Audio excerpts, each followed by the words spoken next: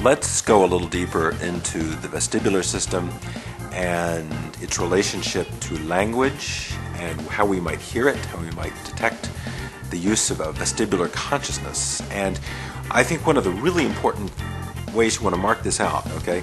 Mark out. Vestibular information often occurs, and this is very, very important for students and trainers of NLP. You will notice that vestibular language often occurs in political terminology, terminology that's involved with group dynamics, political and interpersonal relationship terminology, language patterns, and patterns of understanding and especially confusion and transitions between paradigms and senses of reality. So I am definitely imposing a certain degree of my interpretation on this, but I believe that I am hearing vestibular language come up most when there is there's a change, what I would call a change of dynamic, a fundamental change of dynamic,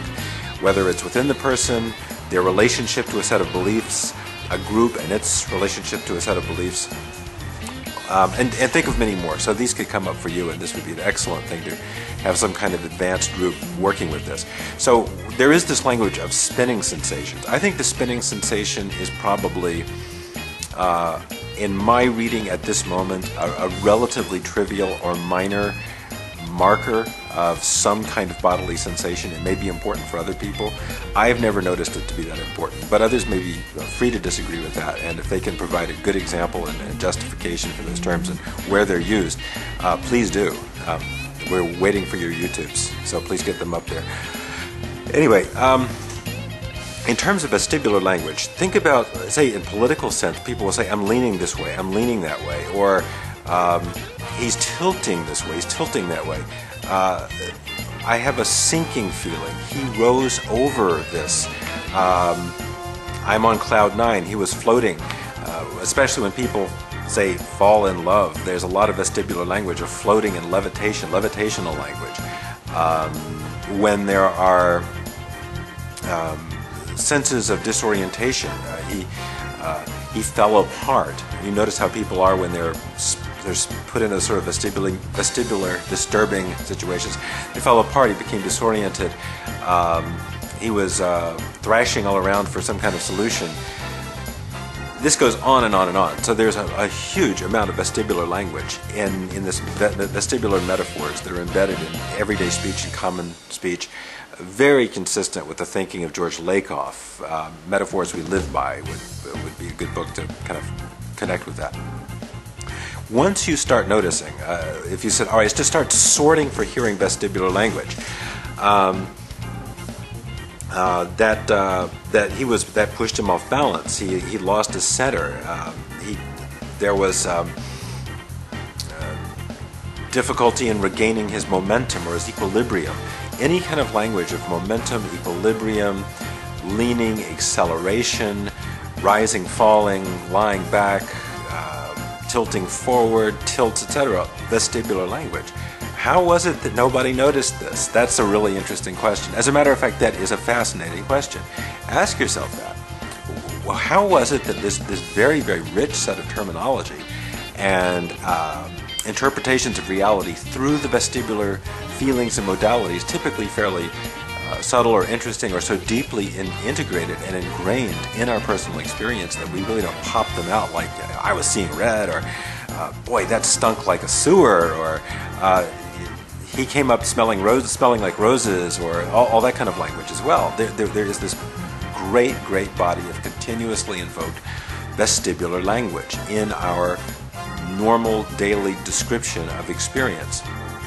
And I think that alone should trigger us to be using a great deal more just vestibular descriptor and thinking a lot more about how we're using vestibular encoded speech to describe experience and what happens when we start changing that. So if we start doing things that are like submodality changing pattern, location, sensation, so on and so forth, we may end up with very different core sense changes in how we perceive whether we're confused. Vestibular language is very, very tied in with confusion states and clarity states. My head was spinning from reading that stuff. I finally everything settled down, and I established firm ground under myself, etc., etc., etc. So this is something, particularly if you're training or you're considering going forth and doing training, we've got a whole new set of language. We have a whole new set of descriptors and adverbial, adjectival speech to bring in to the NLP canon and start using this very, very actively, because it is very central to change work and embodied experience and getting stuff to go in deeply and really stick and not just stay outside of ourselves. And as a final summing thing, one of the problems I've had with the idea of, say, seeing things on movie screens or projecting them out, they are, what's the word, people? It's coming up, it starts with a D. Ready? What's the D word? They are dissociative. So we have subtly embedded in a lot of NLP practice a lot of subtle dissociations. Okay, what's the A word? Give me an A word, everybody. Where's Elmo? I want the A word, associative. Vestibular language and vestibular perception seems to me to be very much about the associational process of bringing things in at the level of association. So I think that is kind of one of those important and unspoken distinctions, say, between John having this more intrinsically vestibular associative language and Richard having this more audiovisual dissociative frame. Are subtle conceptual and perceptual and effectual differences that distinguish why different schools and different forms of NLP some react very differently, and they embody or disembody in significantly different ways. So that's my little bit on that. I probably could do a better job and should go back and refine this thinking, but right now, just that'll be a quick pop on this subject.